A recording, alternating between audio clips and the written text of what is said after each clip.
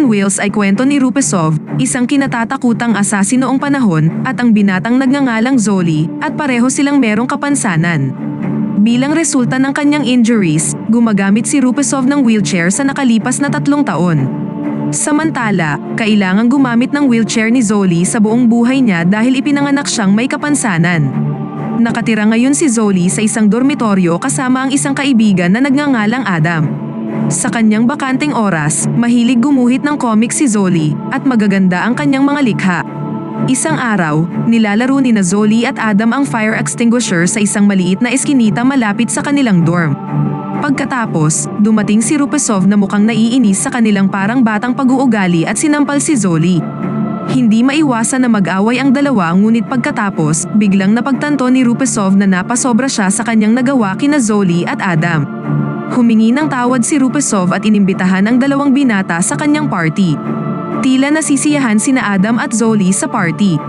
Pagkatapos, nag-alok ng trabaho si Rupesov kina Zoli at Adam bilang mga assassins at nangako ng walang hanggang kasiyahan gaya nitong party na kanilang dinaluhan. Makalipas ang ilang araw, nasa ospital si Zoli para sa isang operasyon. Ngunit tumanggi si Zoli dahil ang nag-finance ng operasyon ay ang kanyang ama na inabandona siya mula nang maipanganak matapos malaman na meron siyang kapansanan. Lumipat ang eksena kay Rupesov na nakakuha ng misyon mula sa kanyang amo. Pagkatapos, naghintay si Rupesov sa isang parking lot para sa kanyang target. Biglang dumating ang isang sasakyan at huminto malapit sa kanya. Bumaba sa sasakyan ang ilang kalalakihan at lumapit sila sa kanya. Nagbanta ang isa kay Rupesov gamit ang kutsilyo at tinusok ito sa kanyang hita. Ngunit tila walang inindang sakit si Rupesov at kalmado pa rin siya. Sinabi ni Rupesov na hindi siya nakakaramdam ng kahit na ano sa kanyang mga binti mula nang maupo siya sa wheelchair na naging dahilan ng pagkainis ng mga gangster at sinipa ang disabled na si Rupesov. Napaubo siya sa sakit at kumuha ng plastic bag sa kanyang bulsa. Lumalabas na merong baril sa plastic bag na ginamit niya para barilin ang mga target hanggang sa mamatay silang lahat. Matapos mapatay ang kanyang mga target, dumating ang isang ambulansya sa pinangyarihan. Isang babaeng medic na nagngangalang Zita ang gumamot ng sugat ni Rupesov. Lumalabas na magkakilala ang dalawa. Merong gusto si Rupesov para kay Zita at niyaya niya ito para manood ng sine, ngunit tinanggihan ni Zita ang kanyang imbitasyon at sinabing engaged na siya.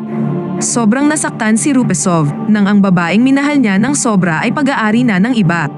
Sinubukan niyang magpakamatay sa pamamagitan ng pagpapahulog sa hagdan ng pedestrian bridge, ngunit hindi siya pinahintulutan ng tadhana na umalis sa mundong ito. Kalaunan, natauhan din si Rupesov at ipinagpatuloy ang kanyang buhay. Sa sumunod na eksena, natanggap ni Rupesov ang bayad mula sa kanyang amo at sinabing dapat niyang isekreto ang trabaho at huwag magtiwala sa ibang tao. Sa katunayan, si Rupesov ay madalas na tinutulungan ni na Zoli at Adam sa lahat ng oras. Pagkalipas ng ilang araw, nakipagkita si Rupesov kay Zoli habang sumasailalim siya sa therapy sa ospital. Sinabi ni Rupesov na huwag na siyang tulungan at tinapos na ang kanilang ugnayan. Ngunit tumanggi si Zoli at sinabing gusto niya pa ring makipagtulungan sa kanya. Iginiit ni Zoli na hindi niya tatanggapin ang perang binibigay ng kanyang ama kahit na paulit-ulit siyang kinukumbinsi ng kanyang ina. Sa sumunod na araw, hinintay ni Rupesov si Zita sa harap ng ospital. Gusto niyang iregalo ang mga rosas sa babaeng mahal niya, ngunit pinanghinaan ng loob matapos makita si Zita na kasama ang kanyang fiancé. Pagkatapos nito, nakakuha ng trabaho si Rupesov para patayin ng isang opisyal. Gumawa siya ng plano para patayin ang opisyal habang kumakain sa isang restaurant na nasa gilid ng highway. Naghintay si Rupesov sa kabilang bahagi ng kalsada, habang sina Zoli at Adam naman ay sinicure ang sitwasyon sa kabila upang gawing mas madali ang isasagawang misyon. Sa tulong ng mga kalapati at ng mga dumaraang tao, nagawang makumpleto ni Rupesov ang kanyang misyon nang hindi siya napagsususpetsahan ng mga tao. Habang tumatawid sa kalsada, biglang bumagsak ang opisyal at napuno ng dugo ang kanyang katawan. Naging abala sa paghahanap ang mga bodyguard sa taong bumaril sa kanilang amo, ngunit walang sino man ang maghihinala sa 3 lalaking naka-wheelchair. Agad na umalis ang 3 sa pinangyarihan. Kalaunan, nakita ni Rupesov si Zita habang nakasakay sa bus. Binigyan siya nito ng invitation card para dumalo sa kanyang kasal. Ngunit lingid sa kaalaman ni Rupesov, pinagmamasdan siya ng kanyang amo. Nang sila'y magkita, galit na galit ang kanyang amo sa kanya dahil sa paglabag sa kanilang kasunduan at pinagsisipa si Rupesov hanggang sa bumagsak siya sa lupa. Binigyan siya ng kanyang amo ng isa pang pagkakataon para makabawi at sa pagkakataong ito, ang misyon ni Rupesov ay patayin sina Zoli at Adam. Kinabukasan, isinama ni Rupesov ang dalawa niyang kaibigan upang mangisda sa may lawa. Sa kabila ng pinagdaan ng hirap sa damuhan, sa wakas ay narating ng tatlo ang lawa at nagsimulang mangisda. Tuwang-tuwa si Adam nang makain ang kanyang pain at humingi ng tulong para hilahin ang isda. Sa halip na tulungan si Adam, itinulak siya ni Rupesov sa lawa. Pagkatapos, itinapon ni Rupesov sa tubig si Zoli at balak niya silang iwanan. Ngunit hindi kayang iwan ni Rupesov ang mga nalulunod niyang kaibigan. Kaya lumusong siya sa tubig para iligtas sina Zoli at Adam. Nang makabalik silang lahat sa pier, ikinatwiran ni Rupesov na isa lamang itong prank. Sa unang pagkakataon, nabigo siyang tapusin ang misyong ibinigay sa kanya. Pagkabalik mula sa lawa, inimbitahan ni Rupesov ang kanyang mga kaibigan na magparty sa kanyang bahay. Nabanggit niya sa kanila ang tungkol kay Zita at kung gaano niya ito kamahal. Gusto siyang tulungan ng kanyang mga kaibigan na makuha si Zita kaya gumawa din sila ng plano. Kinabukasan, binuhat si Rupesov ng tatlong kababaihan at pinasandal sa isang sasakyan para ipahiwatig na kaya niya nang tumayo at hindi na kailangang gumamit ng wheelchair. Hinintay ni Rupesov na makauwi si Zita mula sa ospital, ngunit pagkatapos ng ilang oras na paghihintay, lumalabas na nakalive na pala sa trabaho si Zita at nabigo ang kanilang plano. Pagkalipas ng ilang araw, nagbigay muli ng misyon ang amo ni Rupesov para patayin ang isang drug dealer. Dagdag pa nito, doble ang makukuha niyang pera sa trabaho. Tinanggap ni Rupesov ang misyon sa kondisyong ito na ang huli at hindi na siya tatanggap ng kahit na anong trabaho. Wala nang nagawa ang kanyang amo kundi pumayag sa gusto niya. Nagtungo si Rupesov at kanyang mga kaibigan sa bahay ng target. Pinaghintay niya sa sasakyan sina Zoli at Adam habang ginagawa niya naman ang misyon. Kinapkapan ng mga gwardya si Rupesov ngunit walang nakitang kahina-hinalang bagay kaya hinayaan siyang makita ang kanilang amo. Nang makapasok sa loob at nakita ang drug dealer, sinimulan niyang isagawa ang kanyang misyon. Kinuha niya ang nakatagong baril sa foam cushion ng wheelchair at pinaputukan ang mga gwardya sa loob ng bahay, ngunit nabigong tamaan ang kanyang target. Sa halip na tumakas, kumuha ng baril ang target at nakipagbarilan kay Rupesov. Ngunit mas maraming karanasan si Rupesov sa armas dahil sa kanyang propesyon bilang hitman kahit hindi na perpekto ang kanyang katawan. Nang puno na ng sugat ang kanyang katawan, sa wakas ay nagawa niyang patayin ang lahat at nakumpleto ang kanyang misyon. Pagkatapos, agad na tumakas si Rupesov sa pinangyarihan. Nang marating ang gate, narinig niya ang sirena ng mga pulis sa di kalayuan. Sinubukan niyang buksan ang nakakandadong gate ngunit hindi niya ito nagawa. Nagpanik sina Zoli at Adam sa loob ng sasakyan. Sinubukang pigilan ni Zoli ang paparating na pulis habang tinulungan naman ni Adam si Rupesov na makalabas ng bahay. Sa kabutihang palad, nagawang makatakas ng tatlo. Pagkatapos nito, nakipagkita si Rupesov sa kanyang amo upang kolektahin ang bayad para sa kanyang trabaho. Ngunit hindi pangkaraniwang dinala si Rupesov ng kanyang amo sa ibang lugar at nakarating ang dalawa sa isang bakanteng warehouse.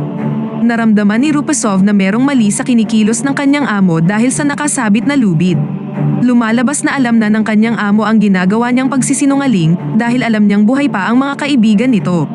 Nadismaya sa kanya ang kanyang amo dahil sinira niya ang kanyang tiwala. Puwersahan niyang inilagay ang tali sa leeg ni Rupesov. Pagkatapos, itinulak niya palayo ang wheelchair at iniwang mag-isa si Rupesov. Sinubukang tanggalin ni Rupesov ang pagkakatali sa kanyang leeg habang tinatapak ang kanyang mga paa sa lupa upang hindi ma-suffocate. Sinubukan niyang abutin ang kanyang wheelchair ngunit hindi nagtagumpay. Nang halos sumuko na siya, bahagyang lumuwag ang lubid na nakatali sa kanyang leeg. Inalis niya ang lubid sa kanyang ulo at nagawang makaligtas. Pagdating sa bahay, agad na tinipon ni Rupesov ang kanyang mga kaibigan at nagplano ng paghihiganti sa kanyang amo. Pagkalipas ng ilang araw, dumalo si Rupesov sa kasal ni Zita at sinamahan siya ni Zoli at Adam. Mukha siyang disente sa puting coat at sa maayos na pagkakatali ng kanyang buhok. Naglaan pa ng oras si Rupesov para ipakita ang husay niya sa pagkanta at umani ng papuri mula sa maraming tao kabilang na si Zita. Ngunit biglang hinalikan ni Rupesov si Zita at sobrang nagselos ang kanyang asawa. Nang matapos ang party, binugbog si Rupesov ng asawa ni Zita at kanyang mga kaibigan dahil sa ginawa niya sa kanyang asawa. Sa kabutihang palad, dumating si Zoli upang tulungan si Rupesov. Pinagbantaan niya ang asawa ni Zita gamit ang isang baril at nilayo si Rupesov mula sa lugar. Nang sumunod na araw, inilunsad ni Rupesov ang paghihiganti laban sa kanyang amo. Siya at si Zoli ay bumisita sa safe house ng kanyang amo, habang si Adam naman ay nakatago sa labas.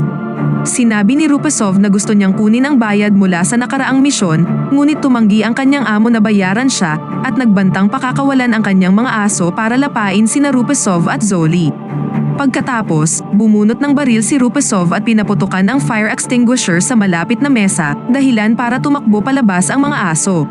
Agad siyang inatake ng kanyang amo hanggang sa mahulog ang baril na kanyang hawak. Paulit-ulit niyang sinaksak ng kutsilyo si Rupesov. Nakuha ni Zoli ang baril ni Rupesov ngunit hindi niya tinulungan ang kanyang partner at hinayaan si Rupesov na mapatay ng kanyang amo. Nang wala ng buhay ang kanyang kaibigan, pinatay na ni Zoli ang amo ni Rupesov. Kinuha niya ang lahat na perang pag-aari ng lalaki mula sa safe na gagamitin niya kalaunan para sa gastos ng operasyon sa kanyang binti. At dito nagtapos ang kwento ng asasing naka-wheelchair. Lumalabas, ang buong pangyayaring kinasasangkutan ni Rupesov ay kathang-isip lamang na hango mula sa isang comic book ni Zoli. Lumikha siya ng isang imaginary character na merong pangalang Rupesov na merong kaparehong itsura ng kanyang ama at merong kapansanang katulad niya. Hindi pa kailanman nakilala ni Zoli ang kanyang ama. Meron lang siyang tinatagong larawan nito na kawangis ni Rupesov at na-inspire na gumawa ng comics na kasama ang kanyang ama at kanyang sarili. Hindi inaasahang pumatok ang comics sa maraming tao at inasahan din itong magtatagumpay ng maraming publisher. Nagpadala rin si Zoli ng kopya ng comics sa kanyang ama bilang alaala at dito na nagtapos ang pelikula.